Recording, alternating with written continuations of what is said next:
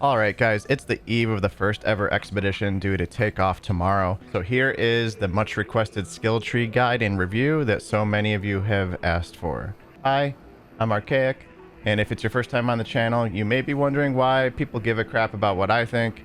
I think it's because I was one of the first to take a lot of time to test many of these skills and publish videos of my findings so people could make more informed decisions when the game first came out. I'm going to be respecting here so I can give you a live view of how I will be spending my points as I level up after the expedition sets off. I'll be getting a late start compared to you guys as I'm flying out to Mexico for vacation shortly after this video hits your feed. So good luck to Upside Raiders, and be sure to check out my recent videos on how to get into low aggression matches if you're looking to level up as fast as possible and unimpeded by PvP as much as possible. Personally, I won't be doing that, but you know, if you just want to get leveling out of the way, it could be a good way to go.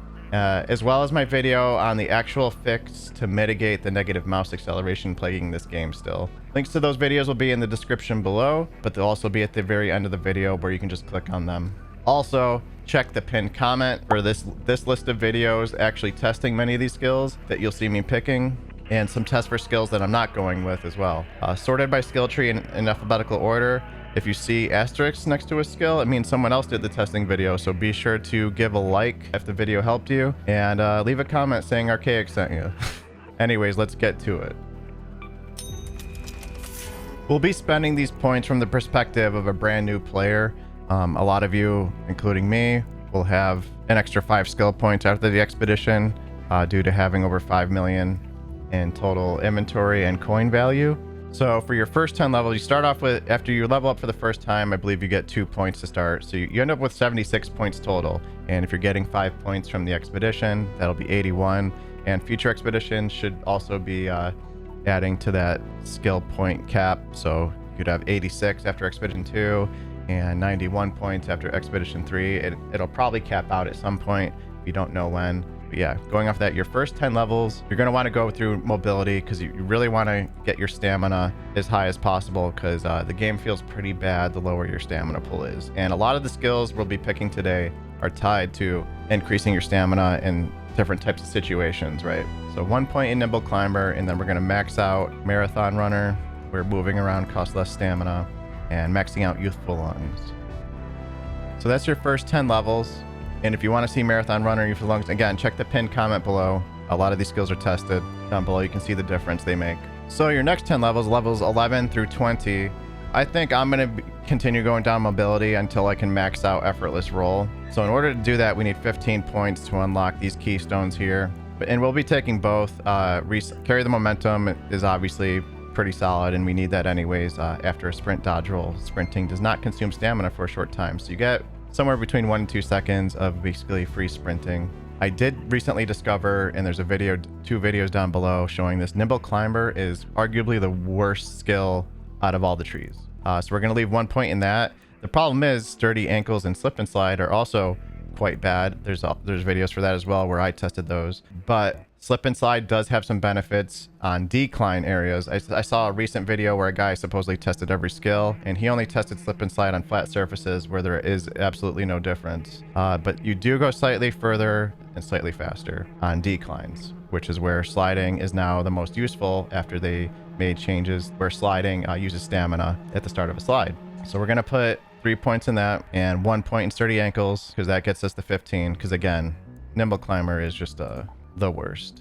So we'll pick up both carry the momentum, and recently in patch 1.7, calming stroll had a pretty significant change. Again, you have to be walking, which is a separate keybind if you're on PC. If you're on controller, it's much easier to walk. You just move your analog sticks up slightly and you're in walking mode. This changes your stamina regeneration from taking 21 seconds to go from 0 to full to 14 seconds, because that's the fastest way to gain stamina in this game is to be standing still. And this makes walking act as if you're standing still. But what they changed is now if you're aiming down sights, it counts as walking. It didn't do that before. So if you're in a fight and you used half your stamina, but you're aiming down sights, waiting for a guy to peek, and you're moving closer to him, you'll be regaining stamina at that increased rate. So it's pretty good now. That gets us level 16 here. Again, you get an extra point. So this it's confusing. And then we're going to put 5 points in effortless roll. which again, that was also buffed in patch 1.7. It is definitely, I'd have to say it's definitely worth it now because of the stamina savings. You may not get that many extra rolls per se, but the stamina savings for each roll that you do, they're quite significant now. So with that should get us to level 20 or so with our skill points. So with that, we're gonna hop off and go to the survival tree and start putting points in that next. Putting our points in to survival basically until we get to security breach. And here is what the best path I think forward for that is. Basically, we have to max out several skills here, even though they're not that great. We're gonna basically skip over Skylant Scavenger. We're gonna be putting 1 point in that, but we're gonna max out Agile Croucher. Maxing out Agile Croucher allows you to crouch walk 10% faster. And then, so if you're newer and you're using a lot of free loadouts, and after a wipe, you're probably gonna use a lot of free loadouts, in-round crafting goes up in value. You're gonna be picking it anyways. So instead of putting 5 points in Agile Croucher right away, which I just did, and I'm not gonna reset it again, put 1 point in that, 1 point in Revitalizing Squat, and 1 point, and then you can put 1 point in round crafting, and then start maxing out these abilities to get the keystones unlocked here. Again, this is min maxing. If you did what I just did, it's not a big deal. You're gonna get the stuff a few levels later, but it is really nice to be able to craft like real bandages and shield rechargers in game sometimes. Mainly bandages, but remember, you can use just base cloth to also heal. So this isn't that important, but you're gonna end up getting it anyways because you need these other skills. So, but here we got in-round crafting now. So next most important, Looter's Instincts. There's a video down below where somebody tested that. When you max this out, loot shows up from boxes 25% faster. So that's pretty significant. Next, we'll max out Revitalizing Squat. Say that 3 times fast. Again, Agile Croucher and Revitalizing Squat, neither are that useful. And Revitalizing Squat basically makes it so you regain stamina at the same rate as standing still. Because actually, when you're squatting, you actually regain stamina slower. It's quite a bit slower compared to standing still. And then we have to put 1 point in Silent Scavenger to unlock these keystones so that we can get Suffer and Silence, which we're going to need to access Broad Shoulders. We're going to get Good as New as well. While under a healing effect, stamina regeneration is increased. That's also tested down below. And then Broad Shoulders, one of the best skills in the game. Once you max that out, you can carry an extra 10 pounds. So you'll be over encumbered way less often. Next, we're going to put 1 point in Stubborn Mule because we want to get 3 deep breaths, which is incredibly strong, which again, that is also tested down below in the links in the pinned comment. And next, we're gonna max out Looter's Luck. This also speeds up looting because there's a chance to reveal twice as many items as once. And after that, we have to spend 1 more point in order to unlock Security Breach, which is still pretty good even after all the nerfs. So we're gonna get Traveling Tinker, which allows us to like craft traps, which are not that useful in this game. And now we get Security Breach. So now we are officially done with the survival tree, and we're gonna bounce over to conditioning. So on conditioning, so if you want to min-max, we'll start off by putting just 1 point use of the weight. We're eventually going to put 4 there, but there's some good skills to have that are better. So we're going to put 1 point in use to the weight, 1 point in Blastborn, and Fight or Flight is a really good skill down below. That's also tested down below. You can check out the link there. You'll see what I mean. Next, we're going to end up putting 4 points in Proficient Prior. So use to the weight isn't bad, but we're going to circle back to that later. So we're going to put 4 points there.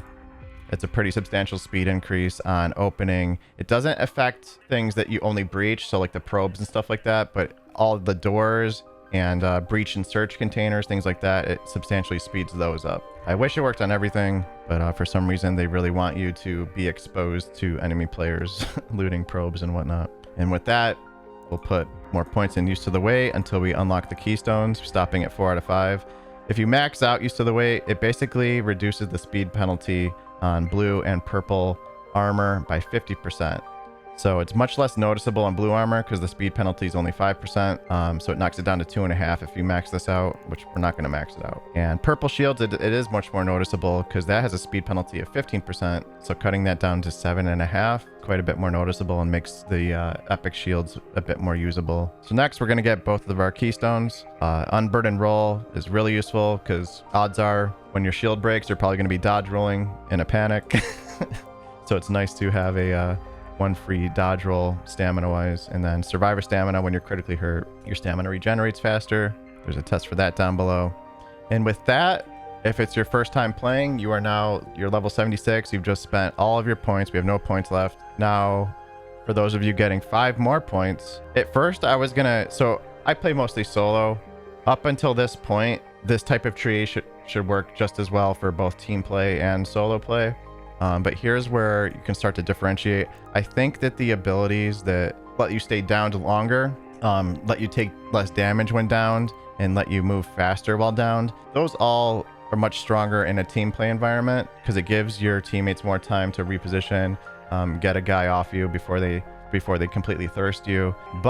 And I like to melee people a lot, so I was thinking I was going to get effortless swing with my last 5 points from doing the first expedition, but I kind of changed my mind on that after, you know, I'm always like evolving, and you know, sometimes people come in chat and kind of open my mind to other things, and I learned crawl before you walk. You move substantially faster with points in this, and if I put 4 points in that, I can put 1 point in vigorous vaulter, which means I will no longer be slowed down while exhausted when vaulting.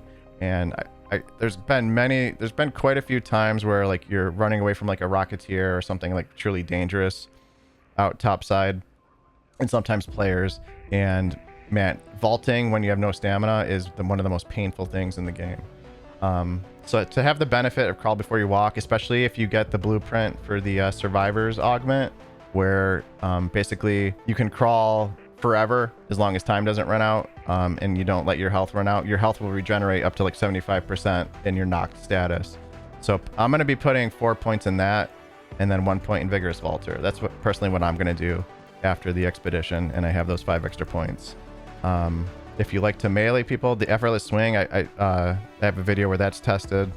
There's substantial stamina savings there, but you're getting a lot of stamina savings from various skills, like 3 deep breaths. Like there's so many. Good is new. There's so many little things here that help boost your stamina, other than, you know, just the obvious ones like marathon runner and youthful lungs. So yeah, that's my thinking currently. You're probably freaking out right now. Why didn't this guy mention loaded arms? It's pretty good. It lowers your weapon weight by half, so you can carry more goop. Well, yeah, if you play teams and you have a big score in a game, lots of goop, it definitely is very helpful. But as a solo, it's pretty rare that I'm encumbered, especially with broad shoulders, giving that 10 extra pounds of weight, plus the better augments you get later on in the game. But early on, especially, it could be pretty good. At the end, so we're at the end of the video now. We'll talk about why I'm not picking some of these other skills. For those of you unaware, if I could not put any points in these 3, that would be ideal. They're all pretty worthless. Heroic leap, tested down below by myself, basically completely worthless, to the point where it seems like it's bugged. Off the wall leaping further, for those unsure about what wall leaping is, it's when you're hanging from a ledge, you can shimmy over left and right, but also a wall leap is I believe it's when you hit the jump key and it propels you off a ledge. It'll let you leap further. I don't think that has any uses in real scenarios. Maybe there's a weird parkour spot you could get to with it, but I've yet to see anything like that. Ready to roll has got to be the I don't even know if anyone knows what that really does. If you can't hit the timing window on a safe fall, which you know what I'm talking about, when you hit crouch, when you fall from a distance that would normally you would take damage from, it's a pretty generous window to hit the crouch or the roll key. So that's worthless. Vault spring is pretty neat. I do have a video down below, check that out, that someone else made, showing them doing the parkour course. It lets you jump when you're at the height of your vault, so you can propel yourself off. It definitely looks, and it probably feels cool to do. But the practical use, like maybe it makes it harder to hit in certain PvP scenarios, and maybe you dodge like a hornet shock or something like that. Maybe a rocket from a rocketeer, I don't know. But you have to put a lot more points in useless stuff to get that unlocked. That's the problem. So maybe once we're 4 expeditions deep and you have 20 extra skill points, you could push for things like that. Vaults on vaults. Vaulting no longer costs stamina. Again, I think you're gonna have so much stamina from like all these other savings we talked about that's probably not gonna be that useful either. And then like once we have even more extra points, 1 raider scraps could be useful. You have a small chance of finding additional field crafted items in raider containers, and raider containers are effectively like I think they're all like the big metal boxes, if I'm not mistaken, in the game, which is one of the most common things to loot topside, and that lets you find like healing items and things like that. So that could be like pretty useful later on, but I can't recommend it at this point. And then Minesweeper, for those that don't know, if you crouch walk past a mine, You can crouch walk past a mine on top of a mine and it won't set off. All you have to do is be crouch walking. And then if Minesweeper will let you dismantle it. Now, if the enemy player that set the mine is watching that area, you know, you're a sitting duck, but you know, that could have uses. It's one more point. So, you know, you could shave a point somewhere and get that if you really think like this skill tree is not set in stone, right, guys? Like you can make little tweaks here and there. You could just completely disregard, like if you if you think, you know, nimble climber, sturdy, like some of this stuff is good, it's not. It's really bad, but you can do all those things. You know, make your own decisions, right? A little extra breaching, and this is 1 point. Breaching an object generates resources. That stuff adds up over time. So like when you breach an object, so like one of those steel boxes we were talking about, it can drop rubber parts, metal parts, and you know, it helps keep you in supply so that you're crafting your own ammo and things like that, and stamina shot, adrenaline shots, and that stuff adds up in terms of, like, you know, saving money for sure. And then, like I said, if you're playing mostly teams and you're not mostly a solo player like me, Down But Determined and Turtle Crawl, those can get pretty strong. So maybe you don't put 5 points in effortless roll so you can come closer to maxing these out, if that makes sense. But as for like the final keystones on the conditioning tree, back on your feet, critically hurt means your screen goes gray. So you have to be down to like a sliver of health. And it only regenerates your health to a certain limit. I believe it's like a basic bandage at most. So like that is so limited in use, and you'd have to put a lot of points and not very useful things to get to that. And then fly swatter, like its turrets are already easily destroyed by your hammer if you know, they're not too high up. But it's so hard to hit a wasp because they rarely come down low enough for you to swing at them and hit them and kill them in one shot. So again, that's useless. So I could see in the coming months, you know, after we're at patch 1.7 at the time of this video, they're going to be constantly tweaking skills, but I don't think any of these will ever be like crazy overpowered, because that's not the point of a passive skill tree, right? It's just to enhance, and a lot of these are very noticeable. Like almost everything we chose here has an impact, and these impacts add up, right? So it's easy. A lot of people make blanket statements saying there's basically all the skills are useless. There's like just a few good ones, but all of these have pretty big benefits in your day-to-day play.